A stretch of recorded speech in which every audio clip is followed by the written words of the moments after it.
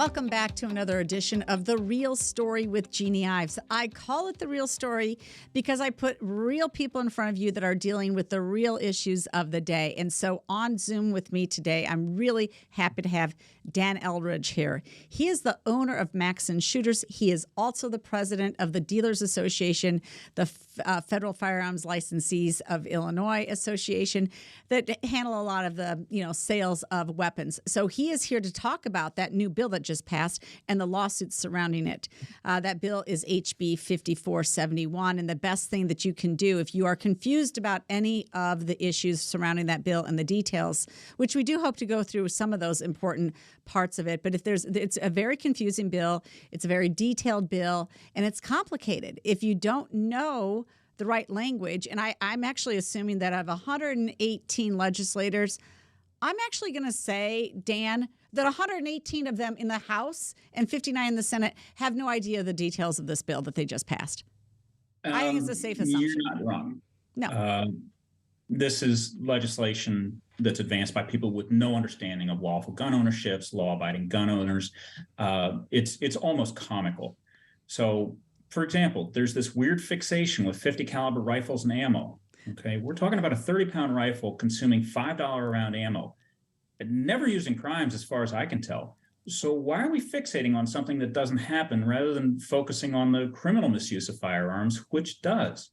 Other examples, Chris Welch, the speaker, he seems to believe in single-use magazines because in a news interview he said, well, when the magazine's empty, you can't refill it. Okay. Bob Morgan, the House sponsor, claims semi-auto rounds can penetrate police-issued body armor. Okay, Ruger 1022, I think, would have a difficult time doing that, and that's a semi-auto rifle. So these are our lawmakers, Jeanne. Their simultaneous lack of knowledge and insight on the subject matter, coupled with their low threshold to authoritatively speak about something they know nothing about, just makes me not want to waste any more of my time engaging with them. Yeah, they have no humility on this issue. They will not actually admit that they don't know what they're talking about. Some of them will admit that they've never actually fired a weapon in their entire life or a firearm. I call them weapon because we were taught that in the military. We called them weapons. I know you guys call them firearms. So there's a little bit of confusion here, even among us using the language. But these guys they've never been around a firearm. They don't understand it. They're not hunters, they're not people that are concerned about the tyranny of government because they are the tyranny of the government, quite frankly. It's a sad state where they can't conceive of a world where people would lawfully use firearms for self-defense, for sport, for whatever. They can't conceive of that. So you get the six doctors getting on television talking about how horrible the carnage is every weekend in Chicago that they have to patch up. And yeah, I agree with that, but that's not the conversation we're having. The conversation we're having is about the property and gun rights of people that are law-abiding and peaceable. It's two separate conversations. We're talking past each other. And we're simply done. Our position from the start has simply been there's nothing to negotiate. We offered no testimony on the specifics of this bill. They can read our objections in the court filings. That's how you have to handle it. I mean, have they forgotten the whole case surrounding concealed carry legislation come to the state of Illinois? And that being the situation with Mary Shepard, an elderly woman working in a church, absolutely authorized to conceal and carry in other states, gets to Illinois, is sitting there brutally attacked by a man who walks in and nearly kills her and another associate. And that was the genesis of the concealed carry legislation. These guys have no idea about personal protection, but they should. This, you may have missed it but this is a really important article that came out today. Of course, CWB Chicago fortunately tracks crime in Chicago. And they said this after seeing a modest decline in carjackings last year from 2021's record highs. Chicago is starting the new year on the wrong foot. Through the first 9 days of 2023, the first 9 days, the most recent data available, Chicago police recorded 70 carjackings, up from 53 during the same days last year and 55 during the opening days of 2021, which ended as the worst single month for carjackings in the city since at least 2001. 20-decade high of carjackings. These are violent run-ins with thugs And you don't have the right to protect yourself? No, and of course they're not bound by any magazine limits or No. any gun laws whatsoever. And I've just found all the discussion around this to be really illuminating, especially when the legislators start talking. Maura Hirschauer, who I believe is one of the House sponsors of this, she's also she's a former gun piece of control work. activist. She's one of these suburban Democrats. She doesn't have two brain cells to rub together. Well, she's a former elementary school teacher, so I'd expect her to understand the meaning of words she uses, but she doesn't. This one really struck me. Okay. She said that one of the problems we have is an amoral gun industry. Okay. Jeannie, you know what morality is. I know what morality is. Mm-hmm. It's a set of principles that we use to judge good and evil or distinguish between good behavior and bad. We have a very strong set of such principles in the firearms industry. We're providing tools and the training for the law-abiding to defend themselves lawfully from violent criminal attack. We don't sell to criminals. And we can distinguish between lawful use and possession of firearms and the criminal misuse of the same. A carjacker is not a lawful possessor or a lawful user of firearms. But sadly, it's this feeble-minded reasoning on the part of legislators who lack any moral foundation to distinguish between right and wrong that's gotten us here. Well, no, and you saw that in the Safety Act. Let's just release the criminals and tell the judges that they get no say, and the prosecutors, they get no say, even though they're the ones who have been witnesses to the horrific acts of violence that these people have done. But we're going to release them because all these guys, they're just, they're victims themselves. And so that's their moral judgment on this stuff, and it's just shameful. So we're hearing this from our customers and from gun rights advocates and gun owners across the state. It's obviously very upsetting. 2 veto sessions, 2 years apart. What does the General Assembly do? Well, 2 years ago they elected to free violent offenders and then this year to strip the law-abiding of their gun rights. Mm-hmm. And people are asking, whose side are they on? It's just incoherent to do those two things hand in hand. Well, okay, so I thought, though, I don't know I know that you probably listened to the House testimony in committee. I don't know if you listened to the House debate on this bill, because who would, when they started the debate on this bill, like at 11 o'clock at night, and they ended up voting on it at 1 a.m. in the morning. But it was kind of illuminating to listen to parts of it as it came back to the House the second time. Because again, none of this is on the square, by the way. Let me just do a little sidestep here. So it starts out as 58-55 in the House, and they have this egregious gun ban bill and other things. And then it goes to the Senate, and the Senate's like, oh, well, we're not sure that's, there was all this play of words. Well, we're not sure that we really like that. We're going to do something about it. They did very, very little, but then it became, I think, 22-26. And then it goes back to the House, and it becomes eventually HB 5471. So I think this was actually in the second debate in the House on 5471. And it was State Representative Mary Flowers, who has been there for a good 30-plus years. She represents the South Side, Englewood type of, Woodlawn area of the city of Chicago. She also it said that she represents the West Side, and those are both the most crime-ridden parts of the state. And Mary said it best. Honestly, I give her a lot of credit. Mary Flowers essentially said, well, we can do this, but we're going to be right back here in a couple more years trying to figure out again what's the next step we should do. She's right. Because the one thing we know about this bill that they passed, it's going to do nothing to solve the crime issues or the whacked out weirdos that want to go ahead and shoot up people for no reason. Right. They're not law abiding, so they, I guess, don't abide by laws. I did not watch the House debate. It's like watching the Harlem Globetrotters play the Washington Generals, right? Yeah, it's a joke. It is. It's not really debate. Not a lot of suspense. No. But I thought that some of the commentary at the signing ceremony was interesting as well. Okay. So you had the governor at the signing. He said, and I'm quoting, let me read this. This is a constitutional bill. The law here and we have enacted is constitutional. There was a lot of thought that went into making sure it would be, and obviously things will go to court and they'll have to make the determination, but I feel very confident. Okay, the only careful thought, the only negotiation that went into this bill as it bounced around between 2226 and HB whatever and Amendment 1, 2, and 3. The only careful thought that went into it was how to get it past the Black Caucus in the House. They view the penalty enhancements very dimly as the stuff for magazines, and that truly was the only negotiation, that and the registry for firearms.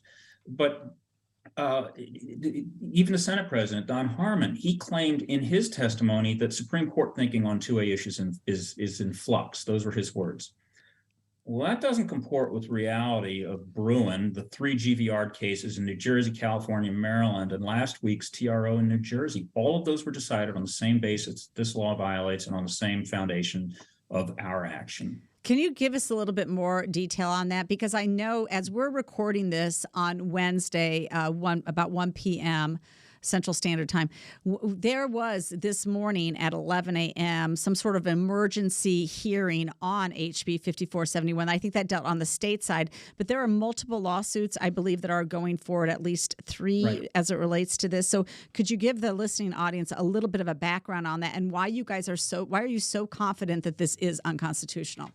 Okay, so the cases that are out there right now, yes, DeVore has the state procedural issues, and that's the emergency hearing that was supposed to happen at 11 that basically says you shortcut a bunch of procedural things in the House and denied people the ability to read the legislation. Right, so for example, the 72-hour rule, that a bill has to be read on 3 different days.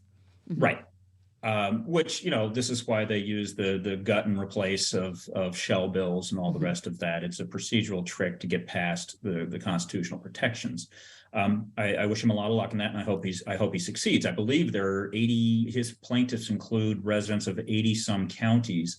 So if he does get injunctive relief or TRO, well then so too would residents of those 80 some odd counties. So I wish him luck. We're not going down that path. Okay. Got it.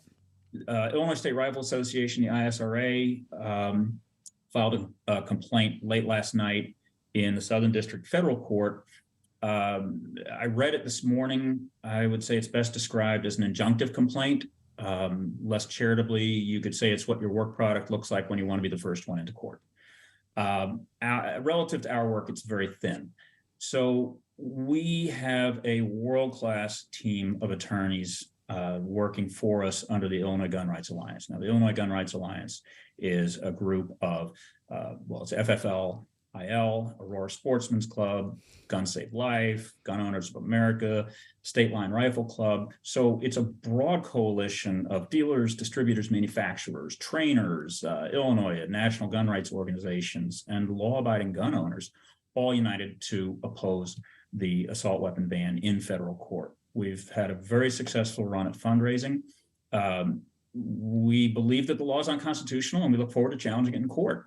The team that we have, our local counsel is Sean Danforth, and they have a long history in 2A cases up in Lake County. Our 2A domain expert is Chuck Michelle, the Second Amendment Law Center out in California, and Chuck's been scoring wins against California for the last year or more. So we are in a good shape to put together a comprehensive complaint that addresses one complaint on the firearm side, one complaint on the magazine side. All the rest of the stuff that is not immediately effective, we're going to set that aside for now. We're going to immediately go after the stuff that's effective now. No transfers of so-called assault weapons, no transfers of so-called high-capacity magazines. That's the stuff that we want to get in court in a comprehensive complaint. The complaint's being drafted now. I haven't seen the draft. It should be done today or tomorrow. We may be in court as early as Friday. Okay, so you brought up a good point, and again, I want to point out your website, MaxonShooters.com. You can go there, and you have a really fantastic Maxon Shooters blog, and it has Illinois assault weapons ban FAQs. So if anybody is curious, really, this is, you told me it took 100 hours of work to put this together. It's very detailed, very comprehensive. If you have questions about what this bill says, you can go to MaxonShooters.com and read about it under their blog site. Now, what you just talked about is the fact that there is a tiered approach to this legislation that passed. So within the first 90 days, it looks like pre-ban of owned guns, attachments, ammo, and a pre-ban of owned magazines. And so you're saying in your lawsuit, that's essentially what you're going after first? No, we're going after the sale and transfer, which is currently not permissible under this law. So the law that's in effect, we cannot sell new firearms. You cannot sell a used firearm. Right now, as I sit today, I cannot go to your store and buy one of these banned firearms. Is that correct? Right. That's correct. And yet now I'm good friends with, we have a mutual friend, Robert Beavis, who runs the Naperville gun shop that is getting closed by Naperville, and he's in a lawsuit with them. He does have an injunction against that for right now. But with this bill in effect, he told me that essentially, I think it was 70 or 80% of the guns that he sells, he can't sell right now. What, is that the case? It's a lot more than people realize. Okay. And I'm not gonna go into a whole lot of detail on that. Again, that'll all be in the complaint. And it also depends on the nature of your business. But it's not, if it were 1%, if it were 5%, if it were 20%, it doesn't matter. My point is, so allowed to do this. These are obviously more commonly used weapons. They're not just simply, some sort of one-off that you're selling. Right. The language in the Heller decision was dangerous and unusual weapons as being potentially bannable, if I can make up a word. Dangerous and unusual. Well, in one of Chuck's California cases, the defense attorneys for the state changed it to dangerous or unusual. So they actually monkeyed with the language in Heller and submitted that, and boy, oh boy, did they get shot down by Judge Benitez on that. They got slapped down hard on that. Well, I saw that same language pop up in Bob's lawsuit in Naperville. Naperville was very proud that they had Perkins Coie as their defense in this issue. Well, Perkins Coie is doing this pro bono. And a good rule of thumb for anything in life is advice you get is probably worth about what you pay for it. So they're doing a very poor job defending it. I think Robert, who's just been a rock star in terms of going this alone, of all the FFLs in Naperville, Robert has been carrying the load himself, and our hats off to him for that. I think he stands a very good chance of winning. The state action probably moots his whole case, though, because if the state passes a ban, then the Naperville ban is simply, the supremacy of the state law would overrule that. I'm not certain of that. The same questions apply to the Highland Park assault weapon ban, the Deerfield assault weapon ban, all these that are out there. That would they live side by side with the state ban, or does the state ban basically invalidate them? We don't know, and we're not going to spend a whole lot of time researching it. We're focused simply on the technical flaws and the constitutional flaws of this bill, and they're significant. Okay, that's great. So let's go to another area where I think people just don't know how good you guys are at your job. You sell an illegal weapon, and you do it knowingly. You're basically out of business. Or could be. So even if I were amoral, as Maura Hirschauer seems to think we are, I wouldn't risk my business, I wouldn't risk the livelihoods of my 30 employees to sell a firearm to somebody who's not qualified, to willingly sell a firearm to someone who's not qualified. It's just not worth it on that basis. Right. But more than that, you're talking about people in the firearms industry that are law-abiding. They appreciate law and order, and they're not lawbreakers. So, yeah. There's allegations made, though, that apparently they can identify about 10 different gun shops that are the predominant people who have sold illegal firearms, and they've shown up in a crime scene. I mean, if you could dispel some of that, because I had my own idea on how to dispel that when I served in the state legislature. Yep. So I know most of these owners, most of them have been in business for a long, long time. Their paperwork is generally impeccable because they are under such incredible scrutiny.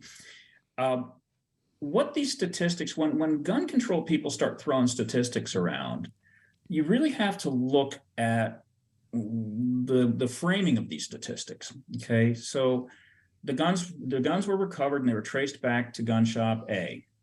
Okay, great. Now, were they originally purchased were they recovered from the person who purchased them at gun shop A? How did they get to the criminal offender? That's what really matters. So these shops are shops that are in urban areas. They generally serve a more impoverished customer base. And so those firearms are much more subject to theft, burglary, and the rest. So the only statistic that matters is where did the violent offender get his or her firearm, not where was it originally purchased. That's like drawing statistics about polymer pistols versus stainless steel pistols. Well, polymer pistols are used more often in crime. So what? It doesn't matter. Where did the pistol come from? The University of Chicago Crime Lab did a study in 2012, maybe more recently than that, maybe 2017. And I can send you the link for that. But they looked at 100 inmates in the Cook County Jail who were in there on some gun-related charge. Of those, 97% of those who would answer said they got their gun through social networks. It was stolen. It was borrowed. Only 3% said they actually got them from an FFL. 3%. Well, of course, that makes sense. And when they wanted to do this whole enhanced security requirements for FFLs, I think this was coming around in 2017 at that same time that they were doing the red flag law and all this other stuff after another mass shooting that happened in Texas and a different mass shooting that happened in Ohio, all within the span of a couple weeks. So, hey, we got to react. We got to react. Got to do something. Yep. It didn't happen in Illinois, but we got to react, right? So it's all reactive. And by the way, and so at that point, what do we do? Well, since then, we've done red flag laws, right? We've done, we still have some of the most, we still have the FOID card, right? And all that stuff. And, Highland Park still had its assault weapons ban. None of these things worked, by the way. None of them worked.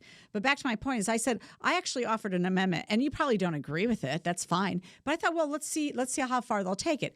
Okay, you think that an FFL is a bad actor, amoral, selling guns wantonly in disregard of federal rules. And fine. You believe that that's the case. How about this?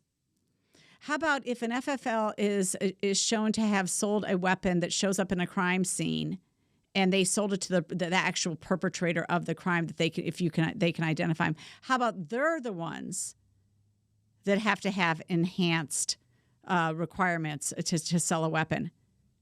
Crickets. I don't know if I want to be responsible for the criminal misdeeds of other people. I know you don't. But my point was like, okay, you think that there's a bad FFL out there? Then you do it on a piecemeal basis. If it's found to be this, and I don't agree with that. I just offered it up as like, well, then punish the people you think are bad. If there's only 10 of them or there's 5, do something like that. But you know what? They wouldn't even take it up. Like it was like, no, we want everything. We want to shut this. Basically, we want to shut this down. We want no compromise. And I'm not even saying that was something that makes sense, but I was offering it to see how far, see if they would do any compromise. They won't. Well, no. So what we've got here is we've got a bunch of North Shore and Cook County legislators that live in a bubble, and they have this hive mind, and they think they're doing great things that are stunning and brave. Now, when you have, almost 90 of the state of the county sheriffs saying, yeah, no, we're not going to enforce this. Clearly, they're out of sync with the geographic mass of Illinois, if not the population mass. But here's, and I'm going to get a little salty, and I apologize for that. But again, we're done negotiating. Fine. Yeah. There's nothing stunning and brave about piling on a gun control cause here. There truly isn't, because it involves no thought. It involves no courage. What does take courage?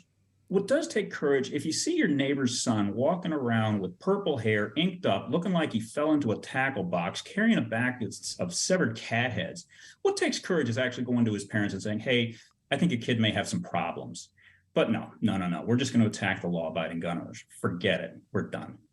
Okay, we're going to try and finish this up really quickly. And the last thing I want you to, and you may not want to comment on this, but I want to make sure that our listeners understand what's going on. Like you mentioned, there's a good 80 to 90 out of 102 counties where the sheriffs primarily have basically issued news releases saying, look, you know what, we're not going to enforce this law. We think it's unconstitutional. Now, whether or not a sheriff can make a determination on its constitutionality is one thing, but they do have a right, and they do swear to uphold the Constitution. So in their mind, great, you go take me to court, right? Whatever.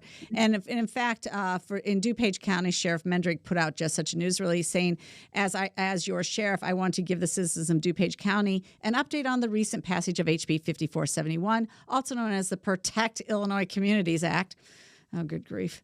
As your duly elected sheriff, my job and my office are sworn, in fact, to protect the citizens of DuPage County. This is a job and responsibility that I take with utmost seriousness. Part of my duties that I accepted upon being sworn into office was to protect the rights provided to all of us in the Constitution. One of those enumerated rights is the right of people to keep and bear arms provided under the Second Amendment. The right to keep and bear arms for defense of life, liberty, and property is regarded as an inalienable right by the people. I, among many others, believe that HB 5471 is a clear violation of the Second Amendment to the U.S. Constitution. Therefore, as custodian of the jail and chief law enforcement official for DuPage County, that neither myself nor my officers will be checking to ensure that lawful gun owners register their weapons with the state, nor will we be arresting or housing law-abiding individuals that have been arrested solely for noncompliance of the act.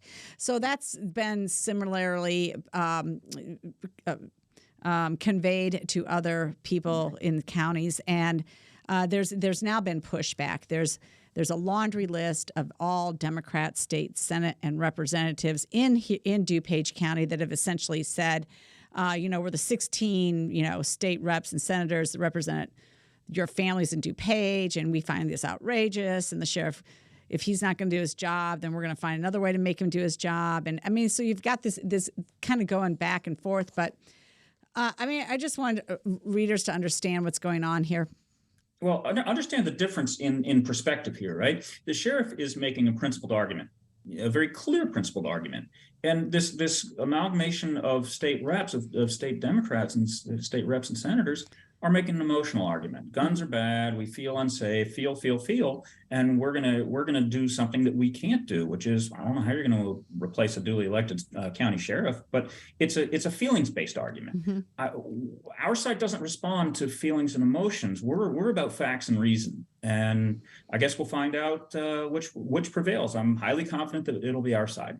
Okay, great. And one last thing, I would say that our surrounding neighbors do not have egregious bills like HB 5471. In fact, would you put us where would we rank in terms of gun laws in this country? Prior to this, it wasn't terrible. Illinois had a reputation of having very strong gun laws. Once concealed carry passed, we were in pretty good shape. But right now, everything is so in flux. California's assault weapon ban is on the way out. Maryland's is on the way out. All the mag limits are on the way out. When the Supreme Court grants cert, vacates, and remands them back down to the lower court, that's pretty much the kiss of death for that earlier decision. So I think we're going to be in a very different place in 6 or 12 months. Let me put it that way. Okay, very good. Again, thank you so much. This is Dan Elridge. He is the president of the Dealers Association, the Federal Firearms Licensees Association for Illinois. He's also the owner of Maxim Shooters in Des Plaines. And we thank you so much for this informative conversation. Thank you, Jeanne. All right. Have a good day.